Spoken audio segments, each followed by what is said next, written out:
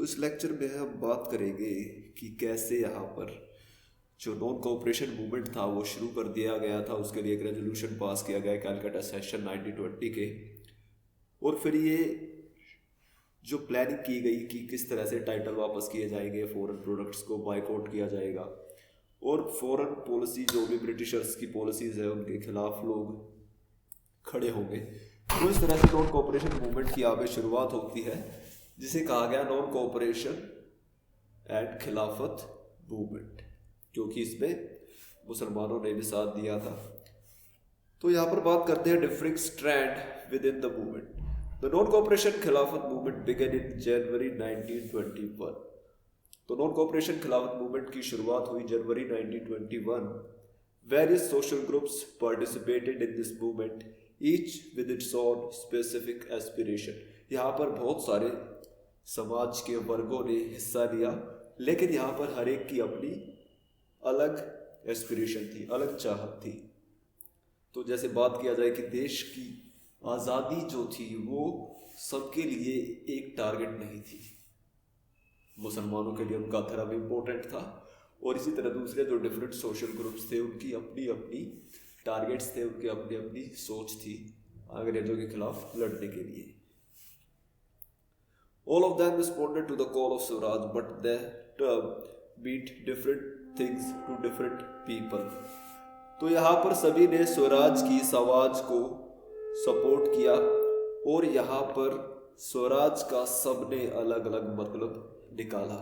स्वराज यानी self rule, यानी खुद के ऊपर रूल, जिसे डेमोक्रेसी कहा जाता है। To the people, for the people, by the people. तो लोग चाहते थे स्वराज आए, लेकिन स्वराज का मतलब ये नहीं था कि देश में डेमोक्रेसी आए या आज़ादी आए। सबका स्वराज का मतलब था अपने अपने पर्सनल इशू को लेकर।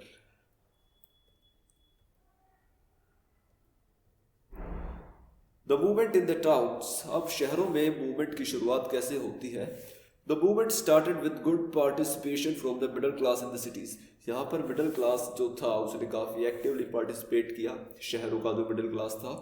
Thousands of students left government-controlled school and colleges, headmaster, teachers resigned, and the lawyer gave up their legal practices. यहाँ पर जो बच्चे थे, टीचर्स थे, हेडमास्टर्स थे, उन्होंने स्कूल जाना छोड़ दिया। वकीलों ने कोर्ट में प्रैक्टिस करना छोड़ दिया, because they both were the run by the British institutions, British government. And the council election were boycotted in most provinces except Madras. In Madras, the Justice Party, the party of the non-Brahmin, felt that entering the council was the one way to gaining some power, something that usually only Brahmins had access to. Council elections का boycott किया गया सिवाय मद्रास के। मद्रास में जो justice party थी उसमें non ब्राह्मण लोग जो थे वो ये सोचते थे कि इलेक्शन में ही पार्टिसिपेट करके वो अपनी बात को उठा सकते हैं, अदरवाइज उनको कोई यहाँ पर इम्पोर्टेंस नहीं मिलेगी।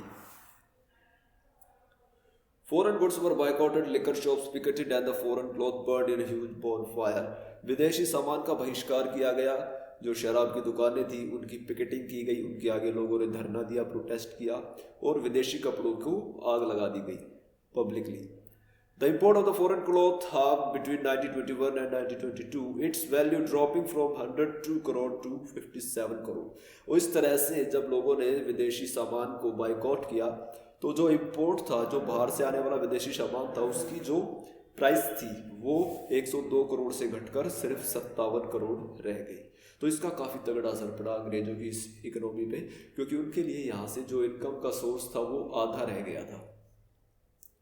The boycott of the foreign cloth helped in increasing the demand of the cloth made in India. तो इस तरह से यहाँ पर विदेशी सामान को बायकॉट किया गया और घर के या अपने देश में बने सामान को प्रमोट किया गया, और इस तरह से भारत में बने कपड़े की मांग जो थी वो बढ़ने लगी थी।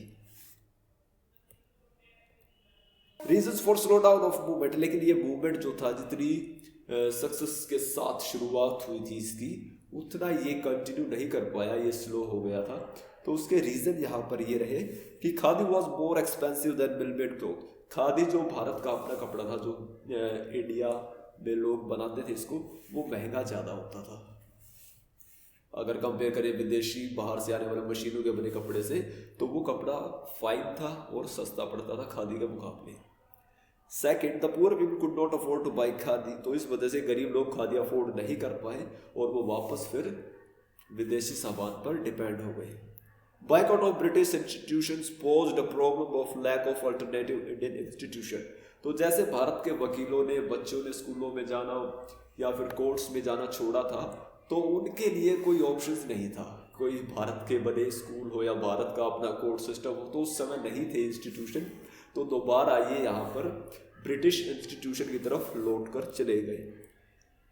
Such institutions were slow to come up. Student and teacher began coming back to school. Similarly, lawyers resumed their work in the court.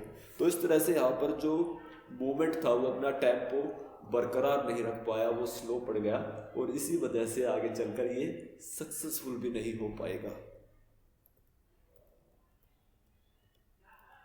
So this was the end of lecture. In next lecture we will look at some other points related to the non-cooperation movement.